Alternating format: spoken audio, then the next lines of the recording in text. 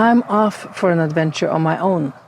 For the first time, I'm going on an overnight trip all by myself. For years, I've been watching Itchy Boots, Runa Grydland in Off She Goes, Evora and Robert Baldinger on YouTube, going on fantastic adventures.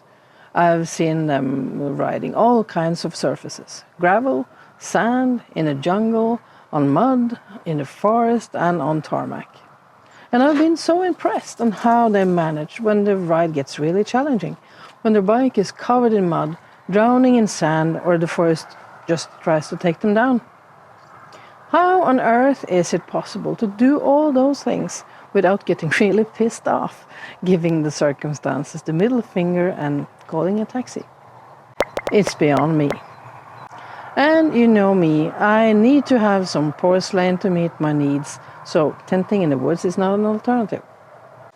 So why is taking an overnight solo trip such a big deal for me, when it's not about overcoming nature, fighting through the forest, being afraid of bears and wild boars, and not about surviving a night in a tent on a thin sleeping mattress, freezing my ass off?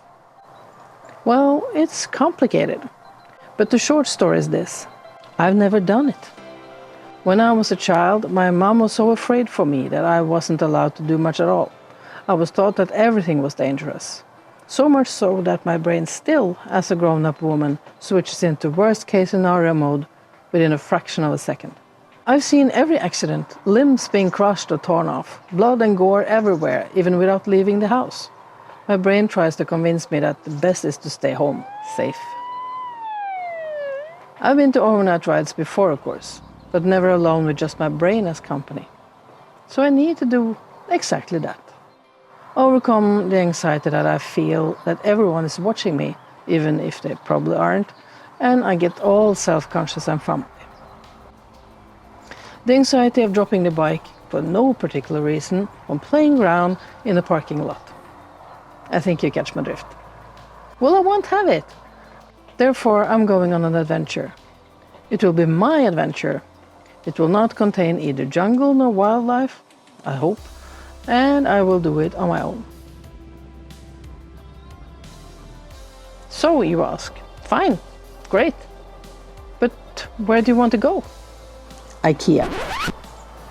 But not the Ikea you think, probably. As a Norwegian, I grew up with Ikea's wallpapers, lamps and furniture. As an adult, I've loved just strolling through the big blue and yellow warehouse to get some inspiration for making my home look nice. For some years, I knew almost every series of furniture, how it looked and where you could find it in the store. Yeah, I even knew all the shortcuts in between the departments, so I didn't have to follow the long path as all the not IKEA expert persons.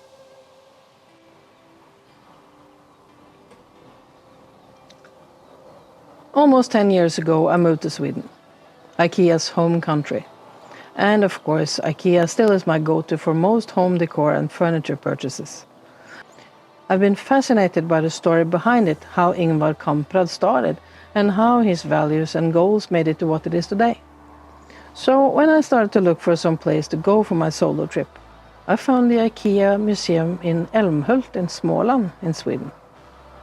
Småland felt like a nice place to go for many reasons. I've been visiting Skira with my husband and father-in-law, and I've been to Mullsjö and Kyrkegården with Kjörhoj, so it felt somehow familiar.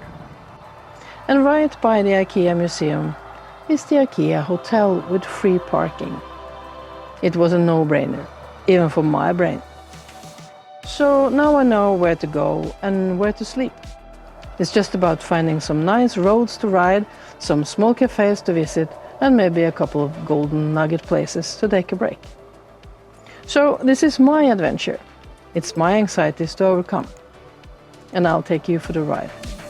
Let's go!